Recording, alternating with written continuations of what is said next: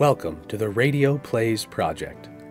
In this episode, we present 3 short plays by New York-based playwright Donald Loftus, adapted for performance as radio dramas. The Radio Plays Project is produced by the Department of Theatre and the Mask and Hammer Theatre Club for SUNY Oneonta, featuring the work of our students and faculty and exploring written work by new and nationally recognized playwrights, as well as traditional works from the golden age of radio. In this episode, our first short play, Amusing Willie, considers the creative struggles of the world's most famous playwright, as he shares an early draft of a new play with the 3 creative muses upon whom he relies for inspiration.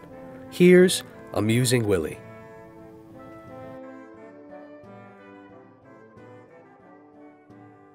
And then she wakes up. What? She wakes up? Well, I did not see that comment. Shush, Erato. Well, pardon me. And what exactly does he do?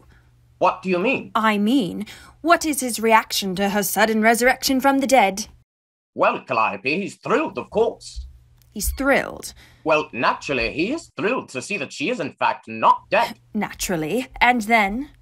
And then they have this huge wedding, and all of the family members who once were feuding are now getting along famously, and everything is really good, and everyone is really happy at last. The end. The end? What? Oh, you're having a go at us, ain't you? No, that cannot be the end. No, I'm not having a go, as you so cleverly put it. And yes, it is absolutely the end. What's wrong with it? No, you're right. It is the end. It is the end of your playwriting career. No, why are you saying that? Because it is the truth. Truth Smooth, you are so negative. No one wants to see these characters all happy and content. Not after what you've put us through for the last 3 hours. And by the way, the prologue promised the play would only occupy the 2 hours traffic of our stage, so we are already kind of angry. We have sat there through 5 acts and 23 scenes. Something had better happen! Something does happen. It can't always be about murder, revenge, treachery, madness, and moral corruption. Oh, sure, those things are terrific, but in this case, they all live happily ever after. Yawn. The critics will crucify you. Okay, Calliope. Ladies, why don't you just go ahead and tell me how I should end my own play? No. No, really. Let's just cut to the chase. No, it is your play, Willie. We've no right to rewrite it. We can only offer our suggestions. Well, okay then. It is entirely up to you whether or not you take them and put them to good use. But if you don't want to hear our... No, out with it. You are meant to be my muses. Amuse me. Okay, give us a minute. But you said you didn't want to. This is what I think should happen. I disagree. Erato, why aren't you in the huddle? I don't do plot development. I'm only here to add the colour. I don't agree. Well, okay. But what if he goes in there? Just say it. You'll say it, not me. Okay. Well, we can both say it together. Okay, here it is. In the final scene, you have him go into an insane, violent rage as he breaks into her family tomb. He breaks into her tomb? Why would he do that? To see her one last time because he loved like crazy. But then his rival... what's his name? Paris? Wait! Can we pause and reflect here for a moment? Now what? It's these names you've chosen. What of it? It's just that... naming all of your male roles after major cities, well, it just isn't working for me. Rome, Paris, Constantinople, it's taking me out of the play every time I hear one of these. I thought that was kind of fun. It's not. Okay, but Paris has to stay. I promised a buddy of mine named Paris that I'd use his name in my next play. Fine, but let's change Constantinople to... Tybalt. And Rome to... Romney. No, Romanoff. How about Romeo? Romeo, I like that. Okay, so now Romeo gets to the tomb and... What were you saying about his rival? Oh, right. Then his rival, Paris, thinks he has come to mess around with the bodies. You know, like desecrate them in some way, just to be a punk. And not just his girlfriend's body, but all of her dead aunties and uncles too who are lying about. So Paris jumps Romano, but Romano has got a knife. So he stabs Paris and kills him. Then Romeo sees her, and he is dazzled by her beauty, even though she is clearly or forever, so he thinks, dead as a doorknob. And without hesitation, he kisses her, drinks the poison, and dies at her side. What? He kills himself? So now Mercutio, Constant, Tybalt, Romeo, and Paris are all dead? What a fun play! And isn't Sleeping Beauty going to be surprised when she finally wakes up? Hold on! A moment later, the friar arrives and discovers the dead bodies of Romeo and Paris. She then awakens from her death-like sleep and looks for Romeo, saying, "Where is my Romeo?" Then, upon seeing the bodies of Romeo and Paris, she freaks the fuck out! And she takes Romeo's dagger and kills herself right there. Holy shit! Now they're all dead? I'm afraid so. But how's the audience going to feel about that? They are going to love it! Okay. You know, while I do appreciate your help and guidance, I have to say that this time I must put my foot down and go with my own artistic instincts. Ooh, bad idea. The last time you did that, you gave us The Two Gentlemen of Verona. That's right. And what a piece of garbage that was. Okay, that's being a little harsh, don't you think? Oh, don't take it personally, darling. I worked on that piece of garbage for like a fortnight. Don't get me wrong. There were a couple of witty lines. Well, maybe just the one. Yes, but really, most of the play was a steaming pile of... It's true, Willie. And while I'm not one to judge past works by present standards, the casual misogyny at the conclusion of that play was alone awful enough to make the whole evening a disturbingly dismal dumpster fire. Talia, you hate everything I do. Willie, that is simply not true. Name one other play. Pericles. Okay, you got me there. It wasn't the rancid cesspool that Two Gentlemen was, and I actually liked Act 4, but you're right. The first 3 acts were so wretched I thought you were trying to write a horrific play. And if you were, then you succeeded. Thank you. At one point, one of your dull characters discusses how poor his speaking is. I thought for sure you were being ironic. Oh, but if we are bringing up the works that are better left forgotten, let's not forget the 2 noble kinsmen. Too late. Everyone already has. I thought you muses were supposed to inspire me. Just so you know, right now you are only inspiring me to choose a different career. Oh, come on. We just named a few of the nasty ones. Most of your other works will probably last another 5, maybe 6 years. The rest of your plays are quite good, actually. Hold on. Lest we forget charmless, plotless, lead characterless mess that was entitled The Merry Wives of Windsor. Oh, come on. There were a few charming bits in that one. Not really. And this is why you need to heed our words. We're here to help.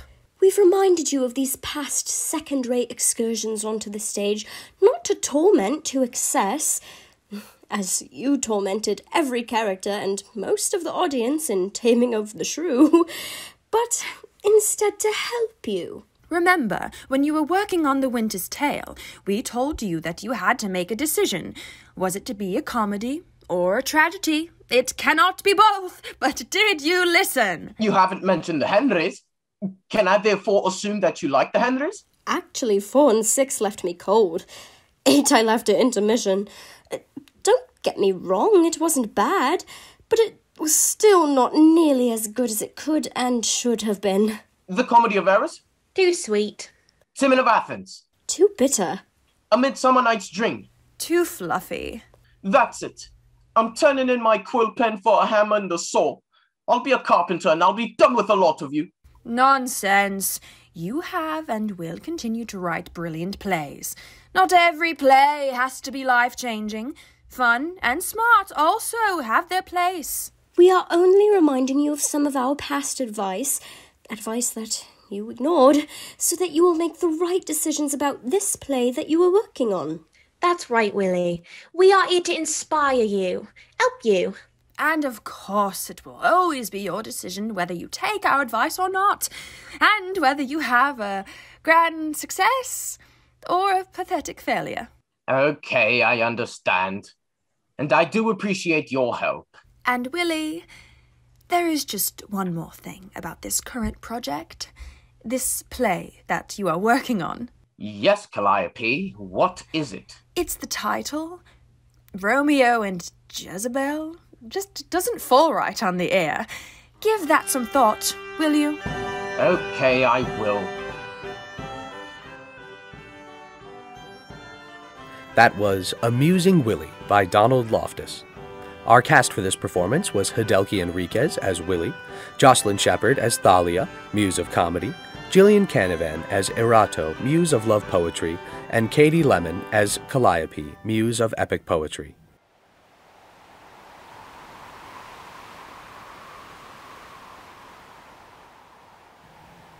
Our next performance brings us from the classical theater to a stage door on 53rd and Broadway during the second week of March 2020.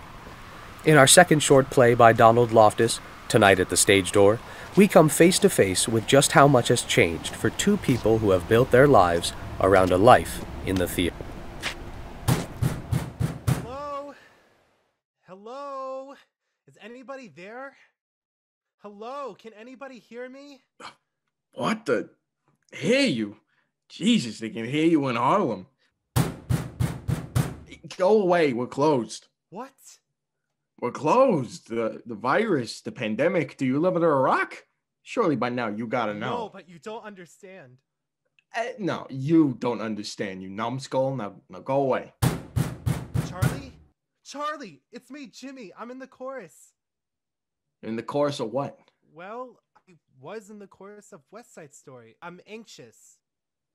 Yes, you sound anxious. No, I mean I play anxious, or rather, I played anxious before the pandemic shut us down. Anxious? I don't know no anxious. Snowboy, Mouthpiece, Arab. These I know, but I don't know no anxious.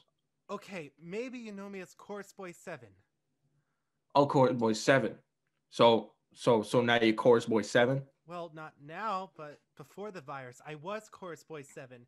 That's how the director referred to me. Nice. So what, he couldn't call you by your name? Well, I didn't have any lines. It was a small part. Hey, kid, there are no small parts.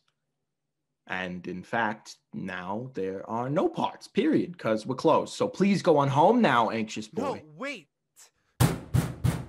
Charlie, please. Could you please open the door? It's freezing out here. Look, kid, it ain't gonna happen. I ain't gonna open the door for a total stranger. But we're not strangers. You know me. I'm the chorus kid who stuck around to watch your card trick each night. Every night.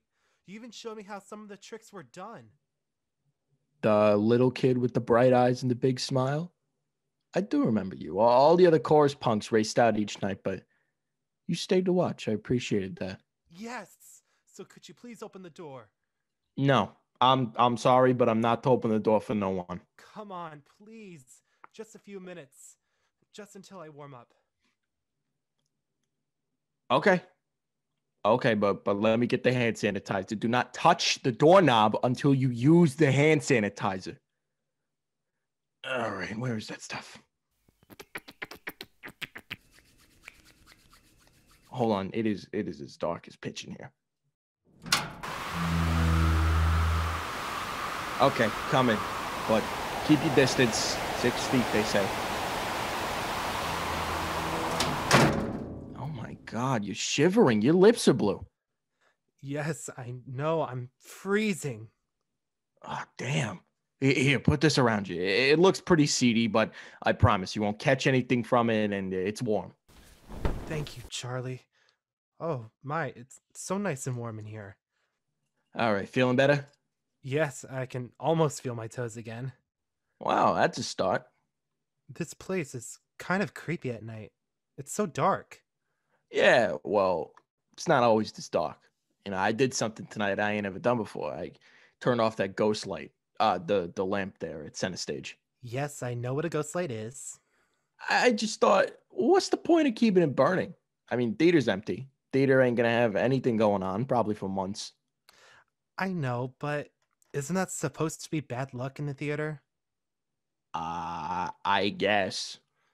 I mean, they say the light's function is to chase away the troublesome ghosts that are said to haunt every theater in the world.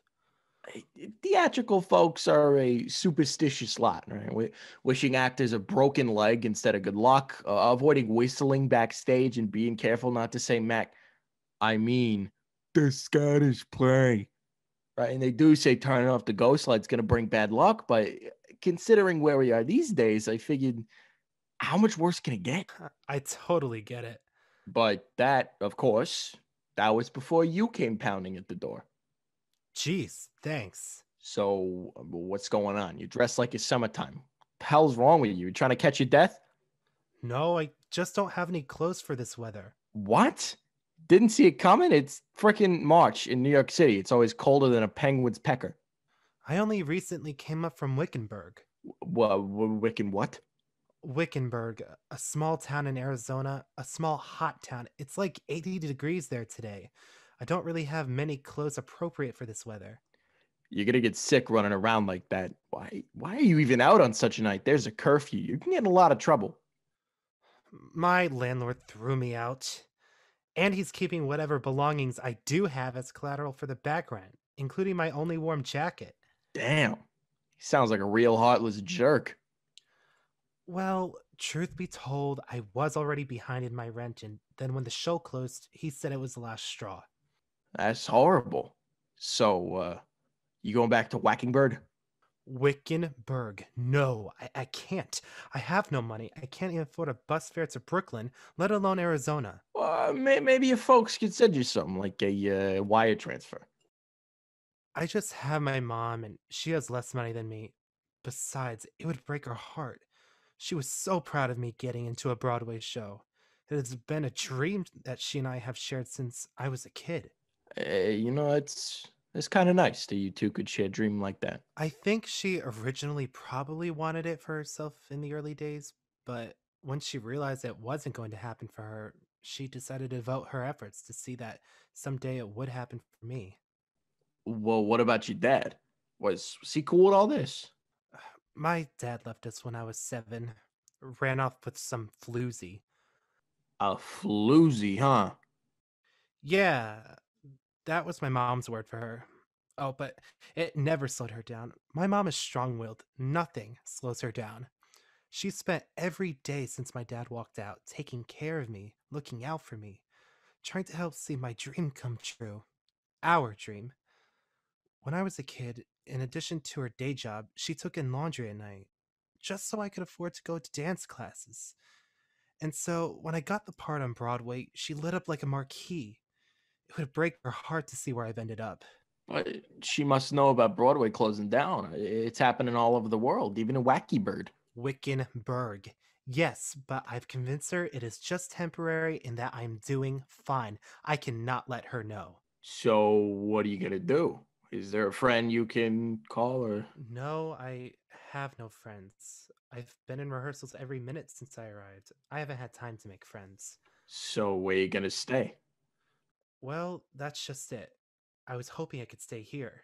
What? Here? No, that is not possible. Forget about it. Get that idea right out of your head. But the theater is closed. You're the only one here. No one would have to know. No, I'm sorry, but that's just not going to happen. But I have nowhere else to go. Well, there must be somewhere. No, there's not. Why can't you just let me do this? I won't be a problem. Look, if I tell you something, you got to promise to tell no one. No, really. I mean it. If I help you out, you got to promise me, and not just for now. You got to promise you will never. Okay, I promise. Never, ever. What is it? I am the night watchman here, but I also live here. What do you mean? I also got thrown out nearly 20 years ago, but not by a heartless landlord. Got thrown out by a heartless wife. So I moved in here, and no one has ever been the wiser.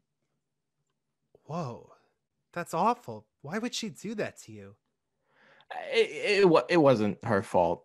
Oh, yeah, she was awful, but I was worse. Not exactly faithful and a bit of a drinker to boot. Marriage was doomed from day one. When she kicked me out, I was working here, but not making enough to get a place of my own.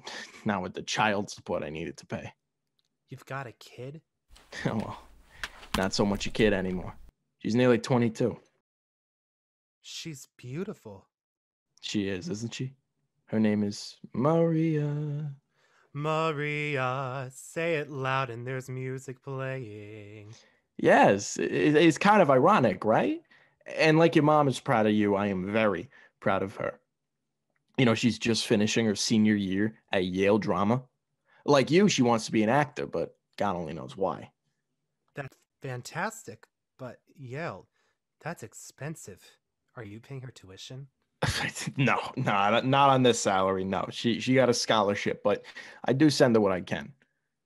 So, secret is I too am homeless, or would be, except I live here in the basement of the Broadway Theatre as I have for nearly 20 years, and nobody, until now, has ever known it.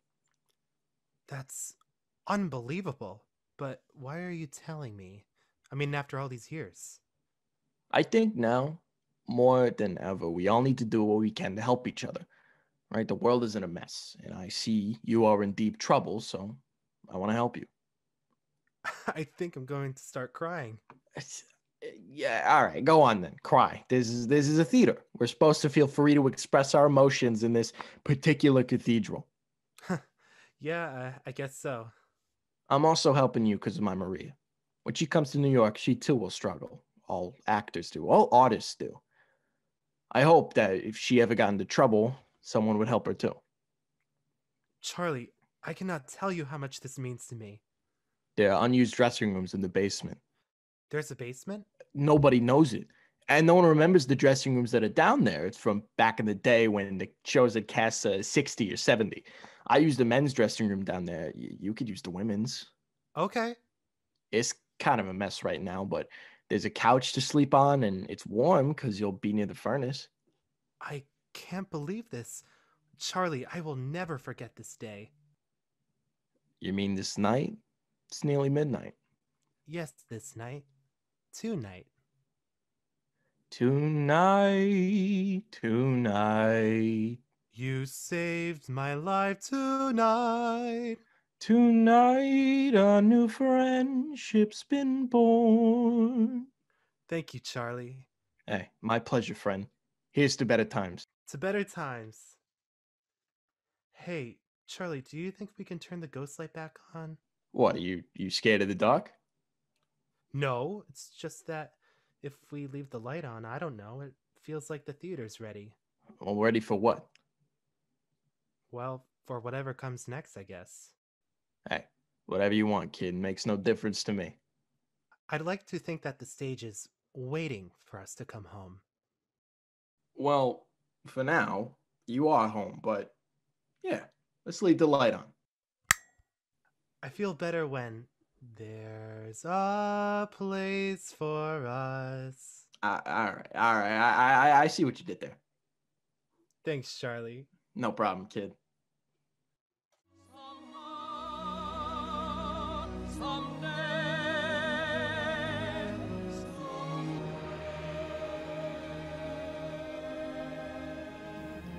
That was Tonight at the Stage Door by Donald Loftus. Our cast for this performance was Michael Turner as Jimmy and Michael Krolder as Charlie.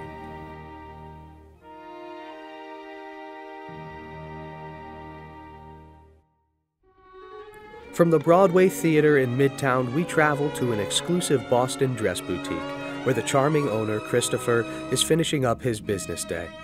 In Dress Blues, we find ourselves on a late summer afternoon not so long ago, when in-person shopping without a mask or hand sanitizer was the norm, and the biggest worry, for some of us, was beating the holiday traffic to Cape Cod. Now here's dress blues. No, thank you, Mrs. Banks. And again, if you decide on that little knit number, just ring me up. I will send it right back over. Okay, then. Have a wonderful holiday weekend. Bye-bye. And how are you doing in there, Mrs. Simmons? How's that Gautier working out? Mrs. Simmons? Mrs. Simmons, are you all right in there? Oh, Christopher, I just don't know. Can I help? Can I see?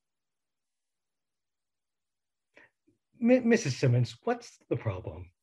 Everything. I just don't think it suits me properly. That is exactly what you said about the first 28 dresses you tried on today.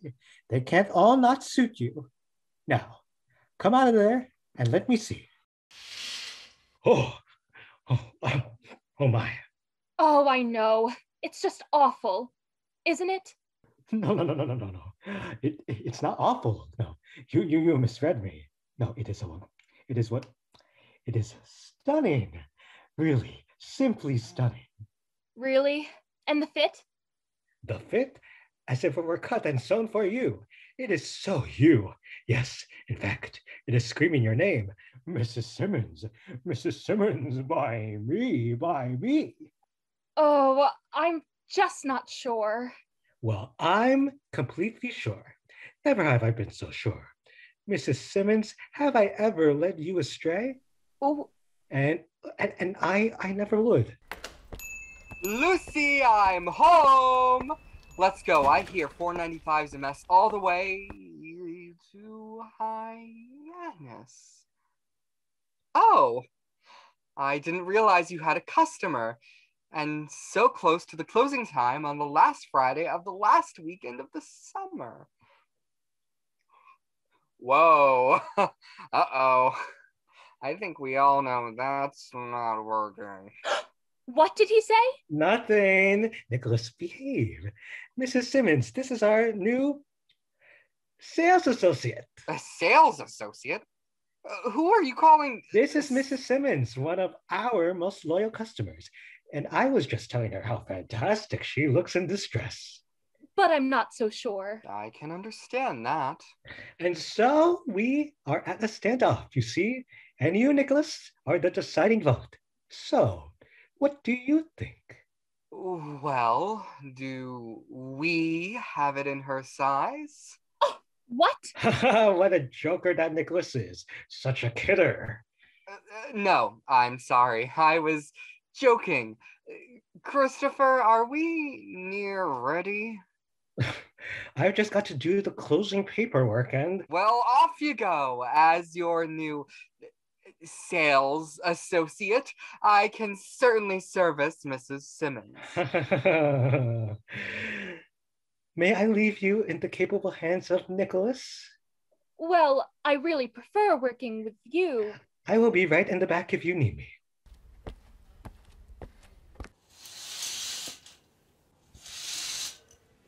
I don't know. I had one like this years ago in fuchsia. Really? The fuchsia one was even skimpier, even more bare. But back then I had a different body type. I was younger back then. Well then, we clearly can't go back to the fuchsia. I don't even know where I'd wear this dress. Oh, so many places. It's so versatile, from day into night and back into day if necessary. And tell me again, what do you call this color? Blue? No. He called it something else. That other boy who was helping me, what's his name? Christopher? And he is not a boy. He owns this joint. Yes, Christopher. Could you ask him to come out? Oh, no. I'm afraid he is tied up right now. But he has another name for it. Another name for what? For this color. This extraordinary color that you just so carelessly called blue. The problem is, he's doing some closing paperwork, and we've got a 2-hour drive ahead of us, and we just... Paperwork? Young man, you do realize that I am a customer. Yes, the price tag dangling from the garment gave it away. And as a customer, I'm demanding that he tear himself away from his paperwork. I want to know the name of this color. Young man, do you know who I am? Yes, you are Mrs. Simpson. Simmons! Do you know how much money I have spent at this establishment for you to Whoa, call me? whoa. What is going on here? What seems to be the problem? Oh, Christopher, thank God you've come back. The problem is your newest sales clerk just called this blue. He didn't. Yes, he did. Can you imagine that? No, but I'm sure he didn't mean. Oh, yes, he did. Nicholas, here at the Pika Chic Boutique, we call this magnificent shade cerulean blue. Yes, that's it. Cerulean blue. Cerulean blue. I'm sorry. I won't forget in the future. Okay, thank you. So, are we good here now? Yes, go do your paperwork. We are nearly finished here. Okay, thank you. Call me if you need me, okay? Thank you.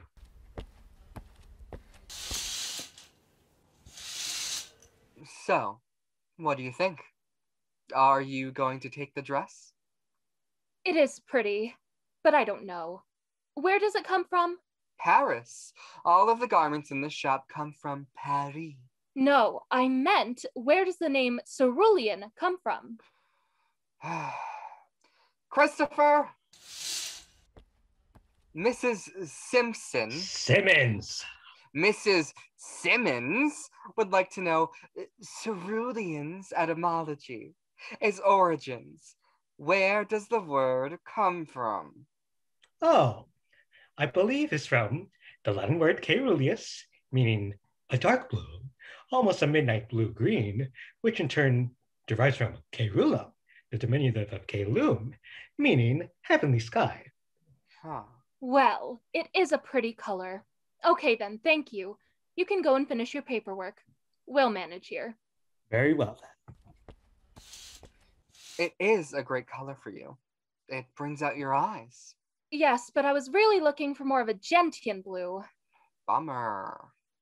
But you think this brings out my eyes? Ugh, even so, I don't think I ought to buy it. But why not? It's perfect. It's just with all the distress in the world. ISIS, the border, and now having to provide our own shopping bags. I mean, what a mess the world is in. Yes, but we can't just stop living our lives. I mean, we have to go on. We must go on and buy things. Things that meet our fancy. Things that bring out the cerulean in our eyes. Otherwise, ISIS has won. Well, maybe so.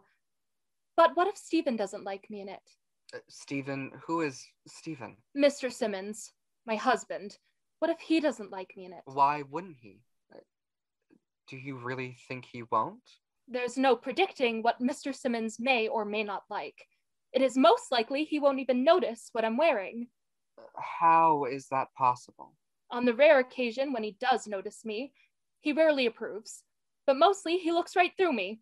At times, I think I'm invisible, and it is only getting worse, so no, I won't buy it today. But I will think about it. Okay. Do you want us to hold it for you? No, that's all right. You needn't hold it. But what if you decide you do want it and it's gone? No, I'm just not really going to think about it. I just said I was going to think about it so you didn't think it was your poor salesmanship that lost the sale.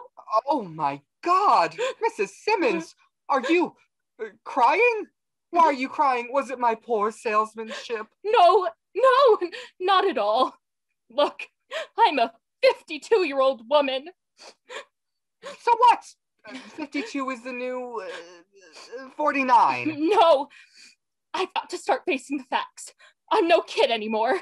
I've got a disinterested husband with a roving eye who works in an office crawling with young, sexy millennials, all looking to fast-track their careers.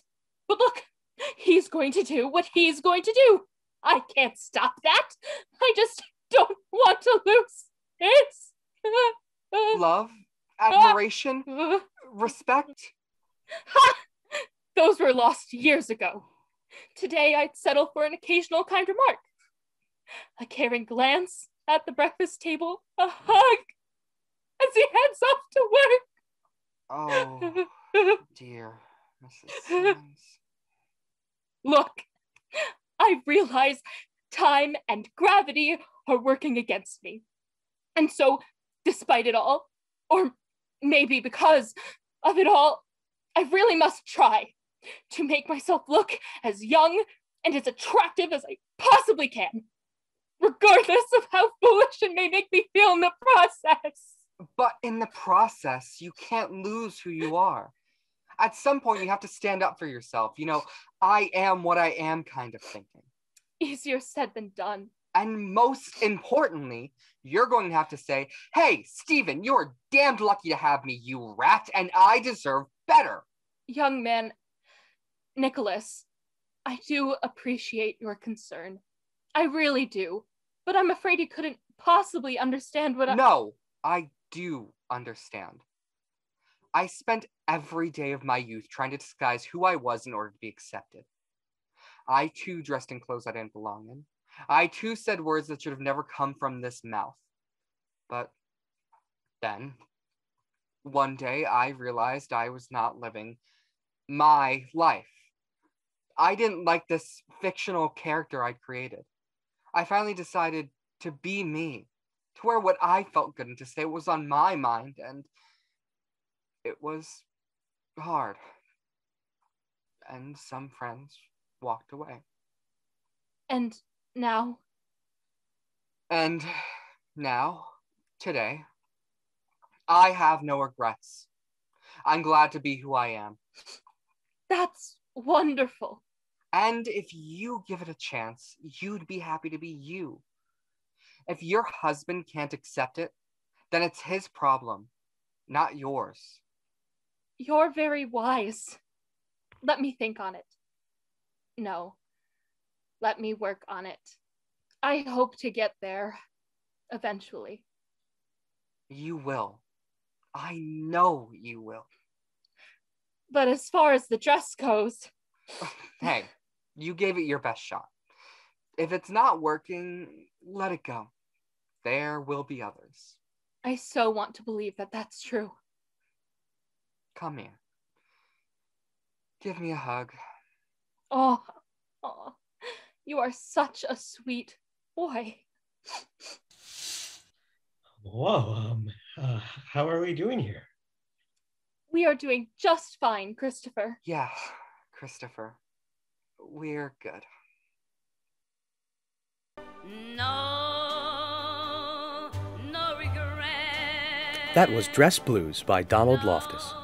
Our cast for this performance was Julian Gautiengo as Christopher, Capenia Lynn Chase as Mrs. Simmons, and Peter Reardon as Nicholas.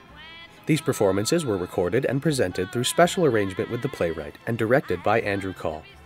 Thank you for joining us. We hope you have enjoyed this March episode of the Radio Plays Project. The stage manager for the Radio Plays Project is Rebecca Stranieri, with assistance from Emily Hallenbeck and Katie Litwalk. Sound recording and design by Belle Mendoza, with technical support from Scott Seeger and Matthew Grenier.